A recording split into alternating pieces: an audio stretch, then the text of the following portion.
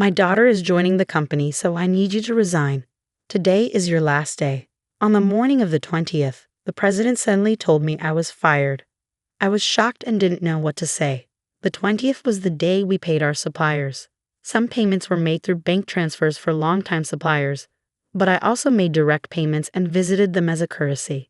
"You look like you can go home right away. I'll give you the day off, just for you, so leave quickly," the president said. He pushed me out of the office, and the door shut with a snap right in front of my face. I didn't even know where to start to argue.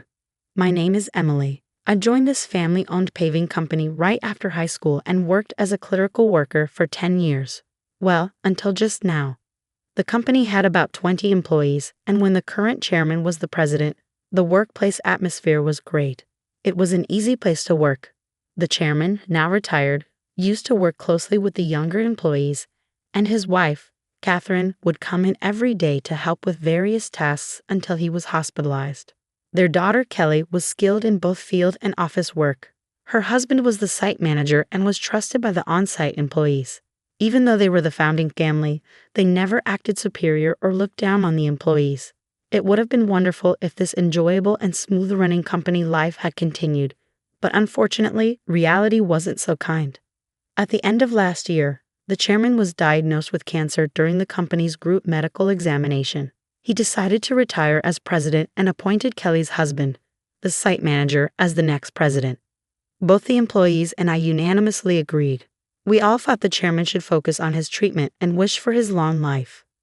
However, suddenly, the chairman's eldest son, Tom, appeared with his family. I didn't know where he heard the news from. It turns out the chairman had another child besides Kelly. Tom had been disowned about 30 years ago, and I didn't know about it at all. According to the senior employees, Tom was a troublemaker in his youth and often had run-ins with the police.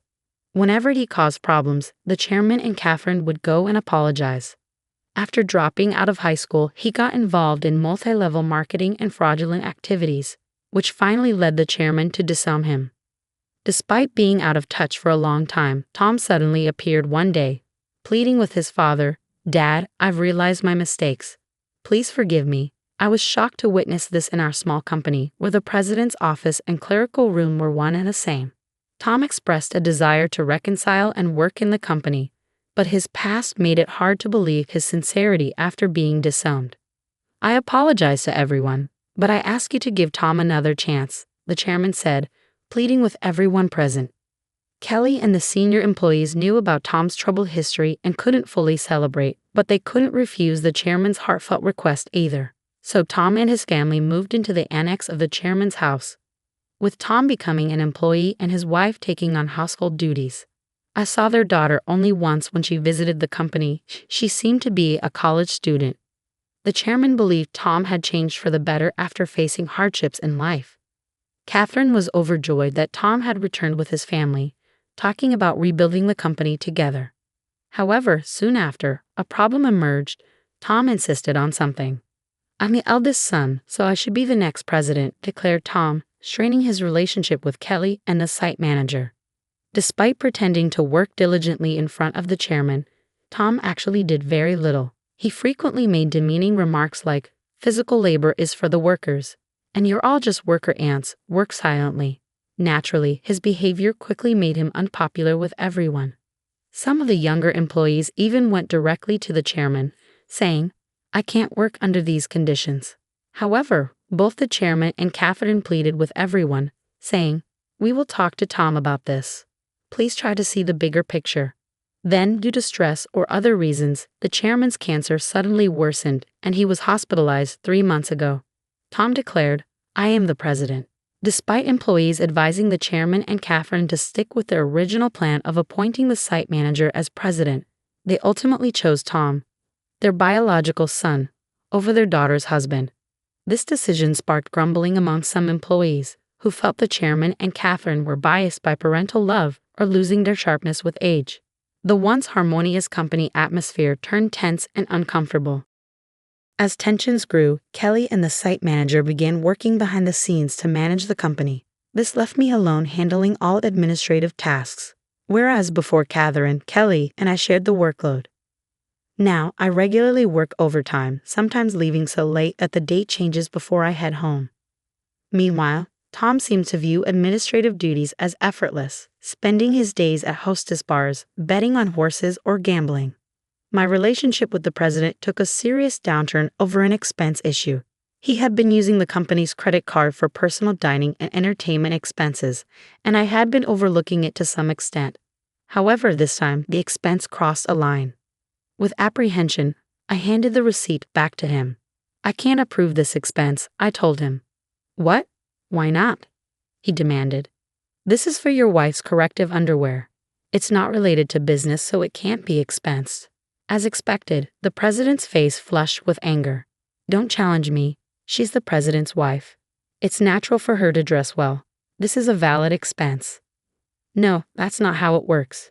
Your wife's underwear can't be considered a business expense." I stammered, struggling to comprehend how the president could justify a $4,000 expense for his wife's corrective underwear. His next suggestion left me even more bewildered. "Then let's turn selling corrective underwear into our new business venture. We'll categorize it as inventory so it counts as an expense." The president seemed pleased with his idea, but I was at a loss for words. "We're a paving company," I managed to say. "So what? We can threaten clients that if they don't buy from us, we'll cancel their contracts. Everyone will buy. It's easy money, $2,000 for one, $4,000 for a set." The president chuckled loudly, but I felt horrified. "That's absolutely unacceptable. It will damage our credibility." I snapped at him in anger. From that moment on, I became the target of the president's disdain. Day after day, I endured constant berating from him.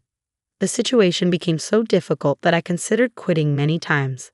However, I continued to endure and work, driven by my loyalty to the chairman who had always supported me and my concern for the team who would struggle if I left. The truth was, I couldn't afford to lose my job suddenly either. I decided to tough it out until the right moment to move on. But then, unexpectedly, I was fired. If I quit abruptly now, it will cause problems for our clients, I thought to myself. Taking a deep breath, I gathered my courage and confronted the president. "I can't do this. I can't just leave without proper notice and handover. Even your daughter wouldn't be able to handle the workload. Besides, today is the day we need to handle payments," I said in one breath, fully expecting the president to erupt in anger. As expected, the president's face turned red with anger. "Shut up. I told you to resign because my daughter is joining the company. Today is your last day. As for the payment, let them wait until they come to collect it. There's no need to pay them up front." "Excuse me, isn't it normal to pay for something once you buy it?" I was shocked and explained it patiently, as if talking to a child. But the president responded with something so unreasonable that I couldn't believe he was being rational. "If that's the case, just threaten to switch suppliers. Tell them we won't make the payment this time, so they should give it to us for free." "What? That's not something we can do, is it?" I was so stunned that I couldn't find the right words to respond. "You're completely useless. My daughter has a college degree. She can handle office work easily. As family, she won't question my expenses like you do. You're all talk and no action. We don't need someone like you in our company. Leave now," the president sneered. It seemed clear he intended for his daughter to handle accounting so he could justify personal expenses as business expenses. "Oh, is that so? Just remember, I won't regret this," I replied. Words were futile at this point. My patience had worn thin. I quickly gathered my belongings and left the company, feeling sorry for our clients. I called Kelly, despite knowing Catherine and Kelly were busy with the chairman. This was urgent. I explained everything and trusted the rest to Kelly. Once I left the company, I suddenly found myself with nothing to do. Being fired without notice clearly violated labor standards laws. If I reported this to the Labor Standards Office, the company would be in trouble. Since our company was part of the middle company payment system, I could claim my severance pay and 1 month's salary. This system supports small and medium-sized enterprises that can't afford severance pay on their own. I didn't need to rush because I could apply within 5 years from my retirement date, and the Labor Standards Office had a 2-year statute of limitations. With my professional habits, I planned out the necessary procedures and timeline for retirement. I decided I could take it easy for at least a week. Lately, I had been working overtime and weekends nonstop, leaving no time for myself at home. There were many places I wanted to visit once I settled down, so I chose to go on a day trip to the beach for a refreshing break. After enjoying myself at the beach, I checked my phone in the locker and found several missed calls, emails, and voicemails. Among them, Kelly's email caught my attention. It said, "The payment process went smoothly. Everything is in order." I felt relieved. Despite the abruptness of my dismissal by the president, I couldn't shake the guilt of leaving my job in anger. Next, I listened to the voicemail from the company. It was the panicked voice of the president saying, "Hey, what's going on? They're saying I'm not the real president. Did you know about this? Explain yourself." After chuckling at his realization, I continued to check my emails and voicemails. Among them was a message from the chairman, so I promptly headed to the hospital. Arriving at the hospital room that evening, I found Catherine and the president already there. As soon as the chairman saw me, he greeted me from his bed. "Emily, I'm truly sorry for my foolish son." "Hey, what's going on? I'm not the official president. Explain yourself." Tom shouted arrogantly, clearly not understanding the situation. The chairman quickly silenced him with a stern command. "Quiet down." It turned out that right after I had called Kelly, she promptly informed the chairman and Catherine. Upon receiving the news, the chairman immediately contacted Tom, who was acting as president, and asked, "Do you really not know anything? So what's the truth?" I calmly explained to the president, who was still shouting in confusion. "Essentially, Tom, you didn't have any legal authority. Your role as president was just a title.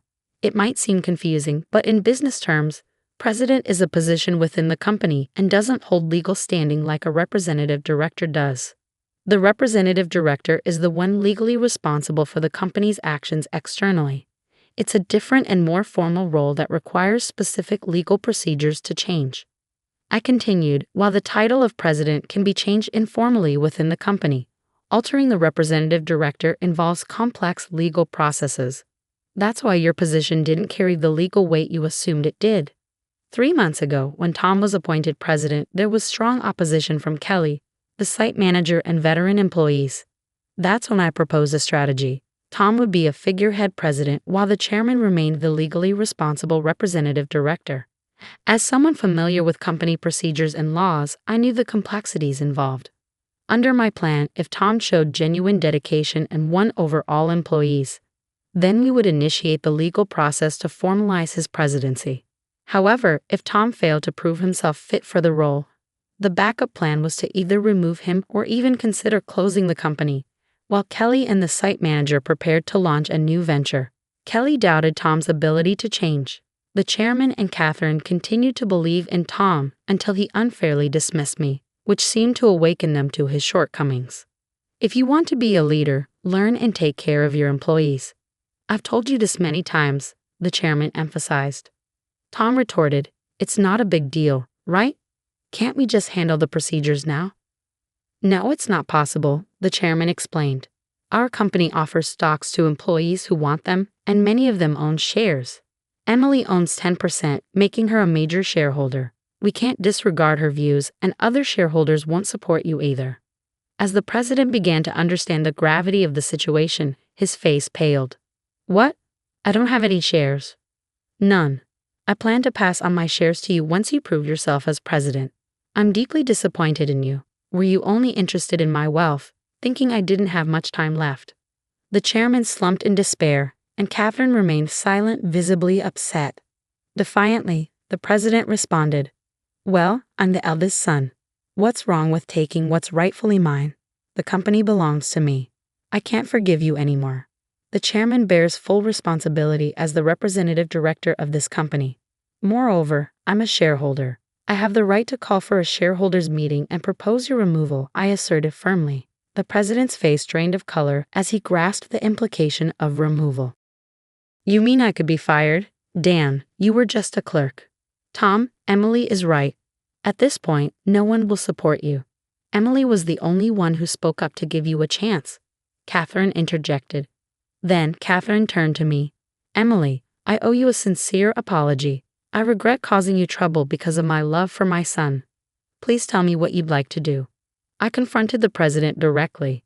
"Mr. President, I no longer wish to work under your leadership, so I am resigning immediately. However, I expect to receive my severance pay. along with 1 month's salary, including unpaid overtime and holiday pay.